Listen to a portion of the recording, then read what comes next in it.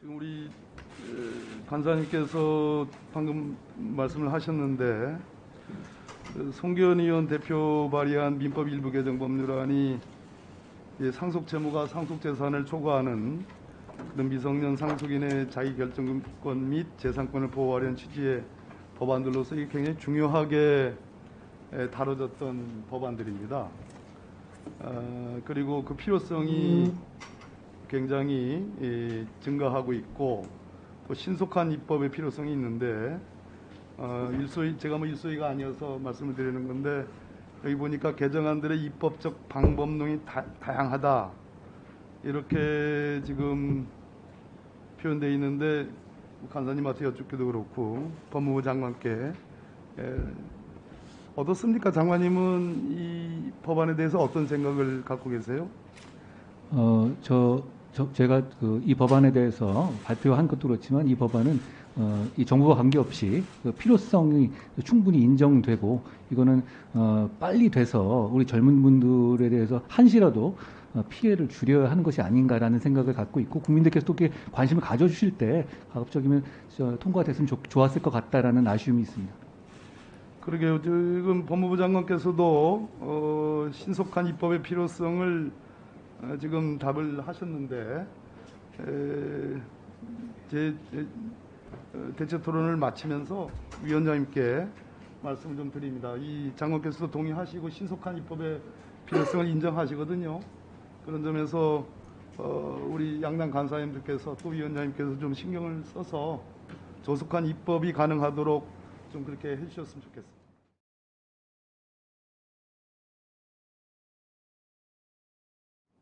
국민의힘 조수진 의원입니다.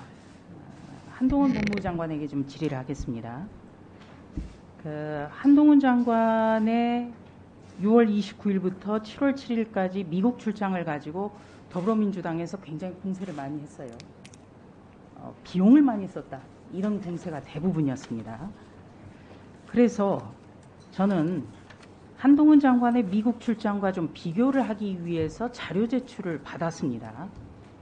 그리고 바로 전임 장관의 미국, 독일 출장에 대해서 방문 목적, 항공비, 체재비를 자료 제출을 받았습니다.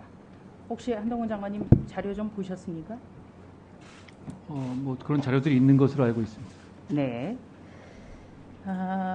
이거는 순전히 더불어민주당에서 한동훈 장관의 방문을 두고 좀 이해할 수 없는 그런 비난을 쏟아냈기 때문에 제가 찾아봤다는 말씀을 다시 한번 강조를 드립니다.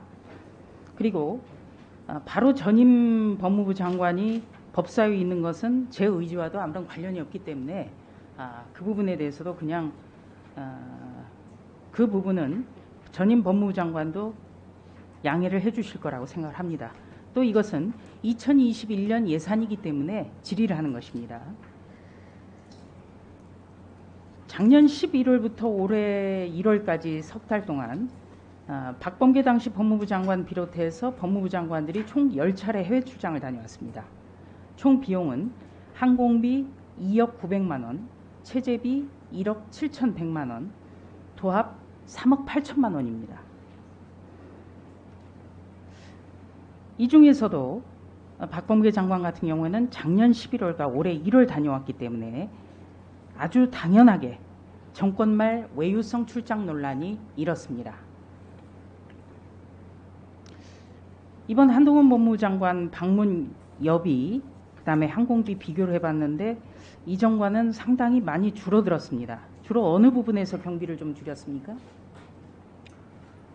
항공료 이런 거 꽤 많이 올랐고요. 그리고 지금 경제가 좀 안 좋은 상황이기 때문에 저희 항공권을 조금 낮게 책정하도록 했고 그 수행원의 숫자를 좀 줄였습니다. 네. 박범계 장관의 경우에 2021년 11월에 미국을 다녀왔는데요. 방문 목적을 통일 관련 전문가 대담이라고 보고를 했습니다. 그리고 해당 내역의 기사를 제가 찾아보니까요. 워싱턴 DC의 조지 워싱턴 대학 한국학연구소의 초청 강연을 받았습니다. 이런 경우에는 통상적으로 항공비와 체재비를 지원받지 않습니까? 제가 다른 경우는 잘 모르겠어서 정확하게 답변드리기는 어렵습니다. 예. 그래서 이런 부분은 초대를 받았기 때문에 저는 항공비라든지 체류비라든지 이런 것을 미국 측에서 부담하지 않았나 그런 생각도 드는데요. 미국 엿새 출장 가운데 항공비 4,400만 원, 체재비 3,840만 원이었습니다. 이것은 제가 받은 자료를 기초로 해서 말씀을 드리겠습니다. 그리고 또 한 가지는 박범계 법무부 장관 같은 경우에 2022년, 그러니까 올해 1월 8일부터 엿새 일정으로 독일을 다녀왔는데요. 방문 목적이 한반도 평화관계 구축 논의였습니다. 그리고 해당 일정에 대해서 기사를 찾아보니까요. 가장 많이 나온 기사는 베를린의 스타트업과 관련해서 말씀을 많이 했더군요. 제가 좀 눈여겨보는 부분이요. 우리가 2021년도 예산과 관련해서 이것은 전용해서는 안 된다라고 지적을 받은 부분이 바로 스타트업과 관련돼 있기 때문에 질의를 드리는 겁니다. 아무리 취지가 좋아도 편성이 되지 않은 예산을 쓰려고 한 것은 잘못이지요. 그 부분은 좀 파악이 필요할 것 같습니다. 제가 그렇게까지 디테일하게 파악해 보지는 않았어요. 예. 제가 질의를 드린 것은 우리 전문위원이 법무부에서 쓰려고 했지만은 이거는 책정되지 않았던 예산이라서 어떻게 보면 전용해서는 안 된다라고 한 부분이 바로 스타트업이기 때문에 질의를 드린 것입니다. 그런데 참 공교롭게도 독일에 가서도 스타트업이고 또 잡히지 않은 예산을 쓰려 한 부분도 스타트업이에요. 그래서 지적까지 받았는데 임기 말에 법무부 장관이 지역에 공약을 한 게 바로 스타트업 파크와 관련된 것입니다. 그렇기 때문에 정치인 장관 출신의 법무부 장관이 국회로 돌아가서 어떤 선심성 예산으로 비칠 수 있는 부분과 관련해서 외유를 가지 않았나 이런 생각도 들기에 충분합니다. 지금 한동훈 법무부 장관 같은 경우에는 5월 31일 주례간부회의에서 장관의 업적집을 제작하지 않겠다 이러면서 제작하지 말라고 지시를 했는데요. 그 배경은 다시 한번 좀 질의해도 되겠습니까? 경제 상황이 어렵고 그렇기 때문에 불효불급하지 않은 꼭 필요하지 않는 경비는 줄이는 게 맞다고 본 겁니다. 네. 박범계 법무부 장관의 경우에 국민 세금 1,000만 원 가까이 들어가면서 업적집을 만들었는데요. 적책 성과의 첫 번째로 한명숙 전 국무총리의 모해 위증교사 의혹 합동 감찰을 성과로 꼽았습니다. 법무부와 검찰의 공무원들은 이런 한명숙 살리기를 법무부 장관을 업적으로 생각할까요? 그 내용을 제가 잘 보지 않아서 특별히 말씀드리긴 어렵습니다만 생각이 다를 수도 있을 것 같습니다. 네. 추미애 전 법무부 장관의 업적집도 제가 좀 살펴봤습니다. 역시 1,000만 원의 국민 세금이 들어갔는데요. 언론에서 모두 학살 인사라고 비판을 했던 검찰 인사를 업적집에서는 공정하고 합리적인 검사 인사제도 개선이라고 표현을 했습니다. 특히 문재인 정부에서 검찰의 수사를 못하게 하려고 했던 검찰 직접 수사 대폭 축소를 업적으로 적시했습니다. 여기에 대해서는 좀 어떻게 보십니까? 국민을 보호하기 위해서 중요 수사를 제대로 해야 되는 것은 국가의 임무라고 저는 생각합니다. 저는 법무부 장관의 업적집을 낸다는 것 그리고 그것을 기억하게 하고자 하는 것 그 자체는 뭐라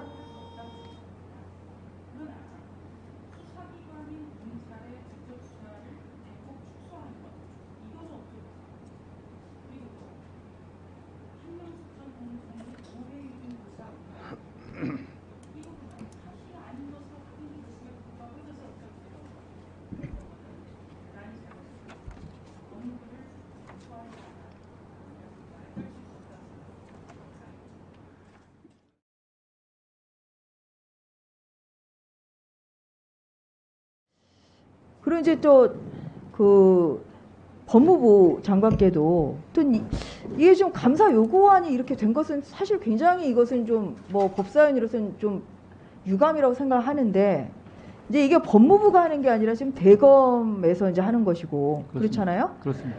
그래서 사실 이것은 지금 현재의 법무부나 대검 간부들이 지금 담당한 게 아니에요. 그렇죠? 예, 정권 교체 예, 이전에 이것은 이제 합의가 정권 이루어진 교체 전에 이제 담당했던 그런 대검 그렇습니다. 에서 지금 했던 거라 사실 현재의 어떤 법무부나 대검하고는 관계가 없습니다. 맞죠? 예. 예. 하지만 이제 마무리를 해야 되는 것은 이것은 또 뭐 감사 요구는 이제 그 당시에 있었던 분들이 받으시겠지만 그렇죠?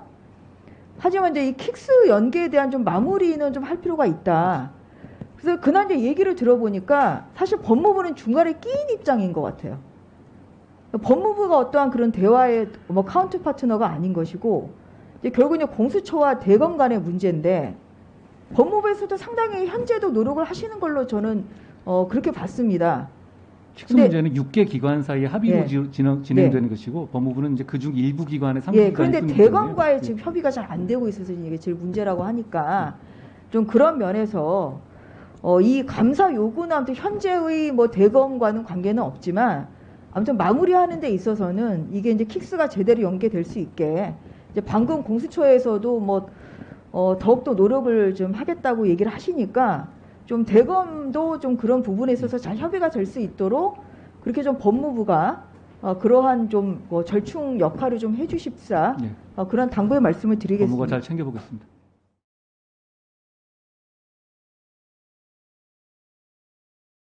법무부 장관님, 예. 제가 지난번에 법원 행정처하고 헌법재판소에는 한번 여쭤봤는데요. 예. 법무부 역시 작년 예산을 봐도 그렇고 지난번 업무보고를 봤을 때도 그렇고 이런 말씀 드리면 좀 황당하게 생각하실 수도 있다는 느낌이 들긴 하는데 기후 위기에 대한 우리 법무부의 대응 이건 좀 없더라고요. 예. 스페인이 47도가 넘어가지 않습니까? 예. 유럽이 뭐 거의 뭐 이렇게 기후 위기로 인한 그 각국의 대처 이런 부분들이 각국의 공통적인 문제 의식이고 헤쳐 나가야 되는 문제이고 우리 대한민국 역시 마찬가지라고 생각합니다. 오늘 뉴스를 보다 보니까 알리백 요건들을 갖추지 못한 기업들에 대해서 이 납품을 받지 않겠다라는 압력들도 있어서 이건 단순히 기업 차원의 문제가 아니라 정부 부처에서 각 부처에 맞게 그것을 어떻게 잘 적용할 수 있을 것이며 미래에 대비할 수 있을 것인가 이걸 잘 고민해야 된다고 생각하거든요. 저는 법무부 역시 예외가 아니라고 생각합니다. 법무부가 가지고 있는 교정시설 등 대단히 많은 그 활용할 수 있는 여건들이 있는 것이고 법무부 장관 역시 고민들이 많으시잖아요. 과거에만 매몰되어 있는 것이 아니라 말씀 주셨듯이 과거와 미래가 연결되어 있는 거고 미래를 준비하는 리딩 부서로서 법무부가 확고부동하게 역할을 할 수 있으려면 이런 세계적인 위기 현상 그리고 우리 대한민국에도 닥치고 깊숙이 들어와 있는 위기 문제들에 대해서 기후 위기 문제들에 대해서 법무부 역시 소상한 계획을 가질 때가 되었다. 그리고 그것을 국민들께 보고할 시간이 이제 임박했고 넘어갔다고 저는 생각합니다. 장관님의 견해를 좀 듣고 싶은데요. 말씀하신 것처럼 저희가 저도 이 부분이 저희 예산이라든가 내년 상황에서 빠져 있는 건 분명하고 부족한 부분이라고 저는 생각합니다. 그리고 대단히 중요한 부분이라 이제 100% 공감하고요. 지금부터라도 솔직히 지금까지 제가 부족했고 지금부터라도 주요 의제로서 저희 법무부 차원에서 정부 차원에서 법률적인 측면에서 좀 전문적으로 접근할 수 있는 부분을 찾아서 근간 보고 드릴 수 있도록 준비하겠습니다. 네, 법률 부분뿐만이 아니라 저는 법무부가 이 문제에 대해서 어떻게 움직이느냐에 따라서 다른 일반 부처에도 상당한 시그널을 줄 수가 있다고 생각합니다. 어차피 그래서- 아리백도 뭐 법률적인 문제이기 때문에 네. 그런 제한이라든가 이런 게 한국적으로 어떻게 실효적으로 그 단기간에 좀 적응될 수 있는 부분에 대해서 저희가 연구해서 근간 보고 올리도록 준비하겠습니다. 관심이 많이 이 광범위하고 또 대한민국의 미래에 대해서도 많이 고민하고 계신 분으로 알고 있으니까 거기에 대한 현실적인 방도 이런 부분들까지 함께 고민해 주시기 바라고요. 고맙습니다.